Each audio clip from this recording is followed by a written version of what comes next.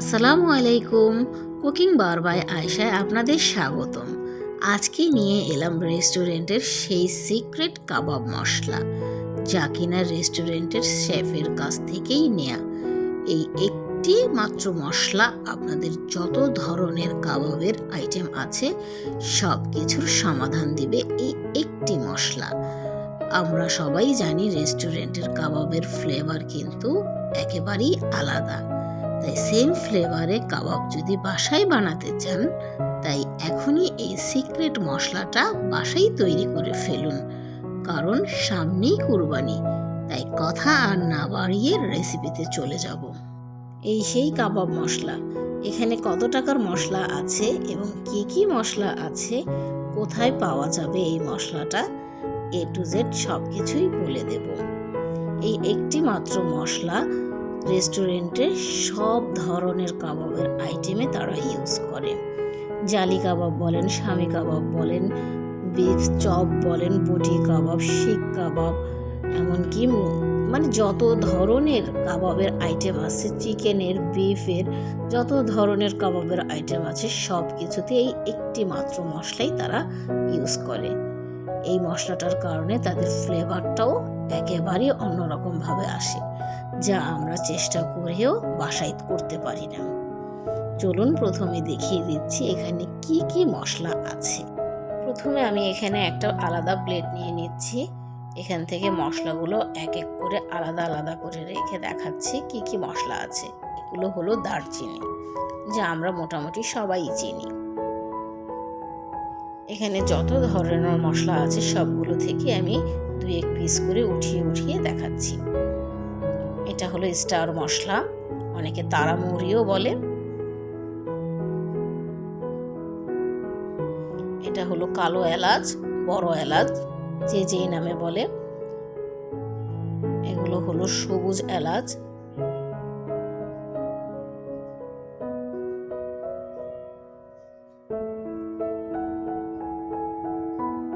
এটা হলো আদা, শুকনো আদা।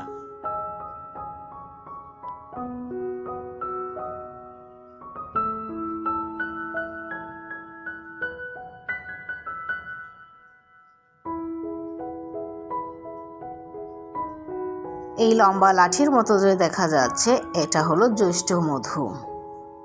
আর আমার হাতে যে 2 টুকরো দেখা যাচ্ছে এটাকে একাঙ্গি বলে। দেখেন একটু ক্লোজ থেকে, একেবারে আদা, শুকনো আদার মতোই। এটা হলো সমুদ্রের ফেনা। দেখেন একটু ক্লোজ থেকে দেখাচ্ছি।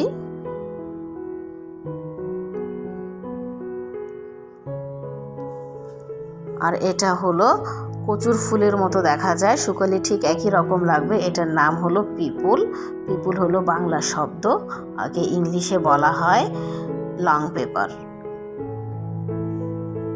এটা হলো জয়িত্রী।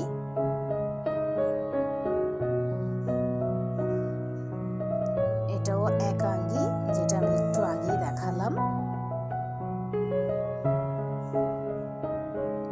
এটার ফ্লেভারটা কিন্তু একেবারেই অন্যরকম, আর এটা দিতেই হবে কাবাব মশলায়।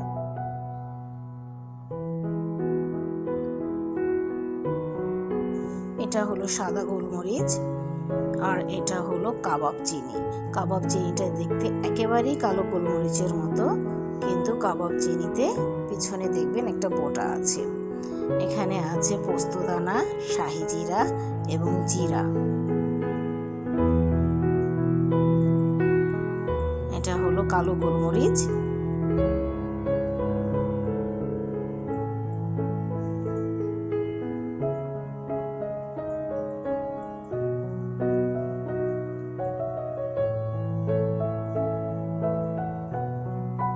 বড় বড় মশলাগুলো আমি উপর থেকে তুলে নেব আলাদা প্লেটে।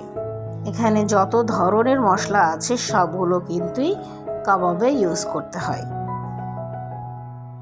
এখানকার অনেক মশলাই আমরা চিনি, আবার কিছু কিছু মশলা আছে হয়তো নামও অনেকে জানে না। দেখতেই পাচ্ছেন আমি উপর থেকে বড় বড় মশলাগুলো কিন্তু তুলে নিচ্ছি। আর মোটামুটি অনেক মশলার নামই কিন্তু আমি বলে ফেলেছি,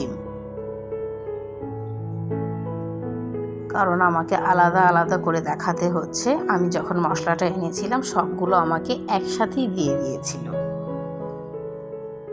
এটা হলো জায়ফল, যা আমি প্রথমে বলিনি, বলতে ভুলে গিয়েছিলাম, এখন চোখে পড়েছে তাই বলে দিচ্ছি, জায়ফলও অ্যাড করতে হবে।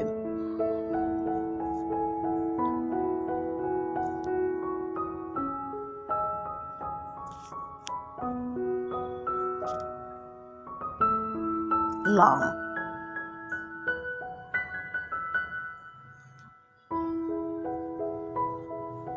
মোটামুটি সবগুলো মশলারই নাম বলা হয়ে গিয়েছে।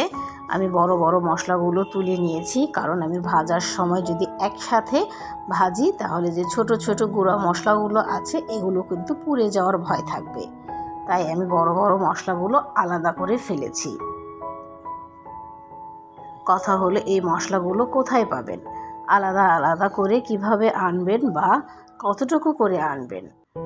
অতএব এত ঝামেলায় যাওয়ার কোনো দরকার নেই আলাদা আলাদাভাবে করে আনার।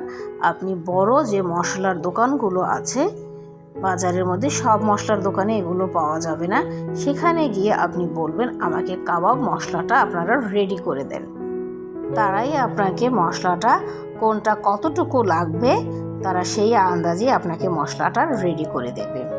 এখানে চুলায় আমি আগে থেকেই একটা কড়াই বসিয়ে নিয়েছিলাম এবং কড়াইটা বেশ গরম হয়ে গিয়েছে এবং উপর থেকেও তাপ আসছে। এখন যে মশলাগুলো বড় বড় ছিল সেগুলো থেকে আমি দারচিনিটাকে ছোট ছোট টুকরো করে দিয়ে দিচ্ছি।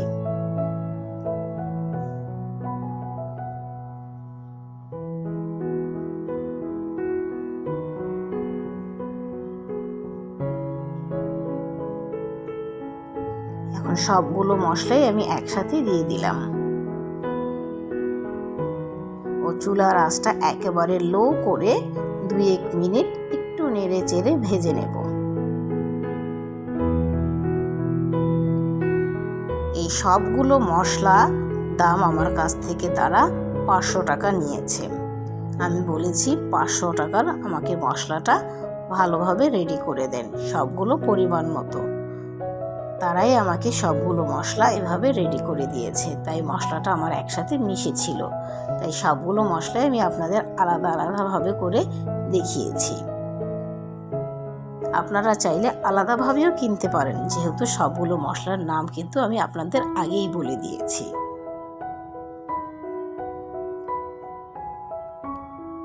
কড়াইটা কিন্তু আমাদের আগে থেকেই গরম ছিল এবং গরম কড়াইতে মশলাগুলো ঢেলে একেবারে চুলার আঁচটা লো করে 2-3 মিনিট এভাবেই ভেজে নিচ্ছি।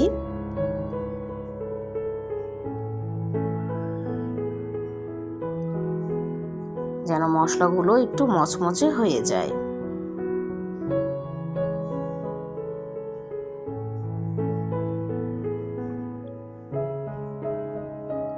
মশলাগুলো কিন্তু আমার ভাজা হয়ে গিয়েছে।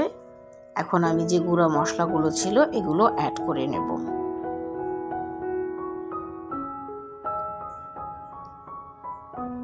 এবং নেড়ে চেড়ে একটু ভালোভাবে মিশিয়ে নেব।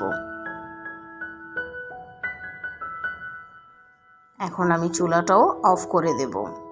এর চেয়ে বেশি সময় ধরে মশলাটা ভাজার কোনো দরকার নেই, কারণ কড়াইটাও আমাদের বেশ গরম। এই গরম অবস্থায় আমি কিছুক্ষণ রেখে দেব মশলাটা, যেন ভালোভাবে মচমচে হয়ে যায়। দেখেন আমার মশলাটা কিন্তু মচমচে হয়ে গিয়েছে এবং ঠান্ডাও হয়ে গিয়েছে। এখন আমি সবগুলো মশলা একটা মিক্সার জারে নিয়ে নেব এবং গ্রেট করে নেব। আপনারা চাইলে পাটায় বেটেও নিতে পারেন। দেখেন মশলাটা আমার গ্রেট করা হয়ে গিয়েছে, এত সুন্দর স্মেল আসছে। ঢাকনাটা খোলা মাত্র আমি একটু চামচ দিয়ে দেখাচ্ছি। দেখেন মশলাটা আসলে এই একটি মাত্র মশলা যদি আমরা বাসায় আগে থেকেই বানিয়ে রাখি তাহলে রেস্টুরেন্টের স্বাদে বেশ কয়েকটি আইটেমের কাবাবের স্বাদ আমরা বাসায় নিতে পারি।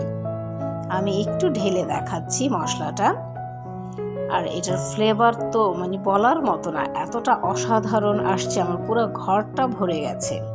তাই আমি বলবো সামনে কুরবানি, কুরবানি আসার আগেই এই মশলাটা বাসায় বানিয়ে রাখুন এবং রেস্টুরেন্টের স্বাদে বেশ কয়েকটি আইটেম বাসায় উপভোগ করুন।